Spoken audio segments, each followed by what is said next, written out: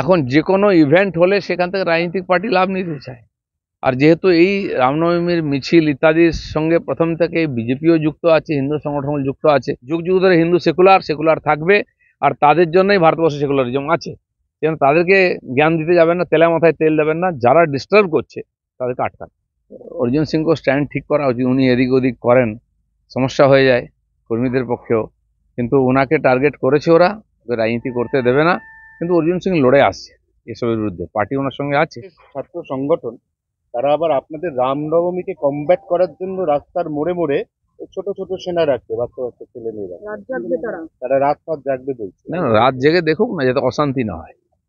তাদের তো কোনো সমস্যা নেই, ঈদ হয়ে গেল, সুন্দরভাবে হয়েছে, আপত্তি নেই। রামনবমী এলে সবার টেনশন বাড়ে কেন? কিসের কষ্ট এত? আর আমি চাই এই কষ্টটা বাড়ুক।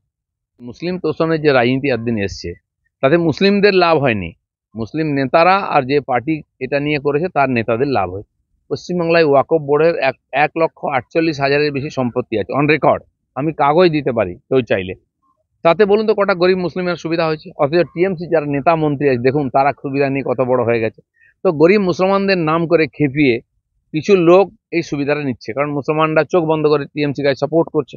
তাদের কোনো উন্নয়নের স্বাদ না দিয়ে খালি মুসলিম রেখে, ভোটার রেখে রাজনীতি করা হচ্ছে। আজ খবর এসছে একটি কলেজ, তার নাম করে অনেক লোক স্টাইপেন্ড পাচ্ছে, তারা ওই কলেজের স্টুডেন্টই নয়। এরা এই যে ওয়াকফ বোর্ডের নাম করে যেমন লুট করা হচ্ছে, মুসলিমদের ছাত্রদের স্টাইপেন্ডকে নিয়ে কেন্দ্র সরকারের পাঠানোর টাকা ভাগ হয়ে যাচ্ছে, লুট হয়ে যাচ্ছে। যাদের নাম আছে তারা ছাত্র নয়, তাদের কোনো অস্তিত্ব নাই, একটা বিশেষ শ্রেণী সেই টাকা লুট করছে। ডকুমেন্ট আমাদের কাছে এসছে। এখানে অন্য কিছু নাম দিয়ে আর সেখানে বোমা তৈরি হচ্ছে, বিস্ফোরণ উদ্ধার হচ্ছে, মজুত করা হচ্ছে। এটা কি পুলিশ জানে না? পাবলিক জানে সব। তৃণমূল কংগ্রেস বলছে যে পাথর প্রতিমা নিয়ে আপনারা এনআইএ চাইছেন, একই ঘটনা গুজরাটে হয়েছে, সে ব্যাপারে পরিস্থিতি। গুজরাটে কোনো অপরাধ হলে কোনো কেউ সাজা থেকে শাস্তি বেঁচেছে কি?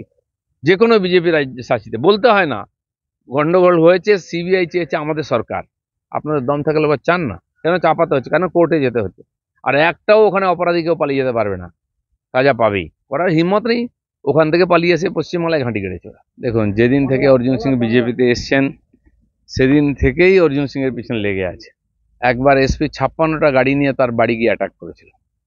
তো ওটা ঠিকই আছে, বিরোধীকে রাখতে দেবে না, যার একটু তাকত আছে তাকে শেষ করবেন। অর্জুন সিংকে স্ট্যান্ড ঠিক করা উচিত। উনি এদিক ওদিক করেন, সমস্যা হয়ে যায় কর্মীদের পক্ষেও। কিন্তু ওনাকে টার্গেট করেছে ওরা, রাজনীতি করতে দেবে না। কিন্তু অর্জুন সিং লড়ে আসছে এসবের বিরুদ্ধে, পার্টি ওনার সঙ্গে আছে, যা করার আমরা করব। এখন যে কোনো ইভেন্ট হলে সেখান থেকে রাজনৈতিক পার্টি লাভ নিতে চায়। আর যেহেতু এই রামনবমীর মিছিল ইত্যাদির সঙ্গে প্রথম থেকে বিজেপিও যুক্ত আছে, হিন্দু সংগঠন যুক্ত আছে, এখন অনেকে যুক্ত হতে চাইছেন, কিন্তু সমাজের তরফ থেকে এই উৎসব পালন হচ্ছে।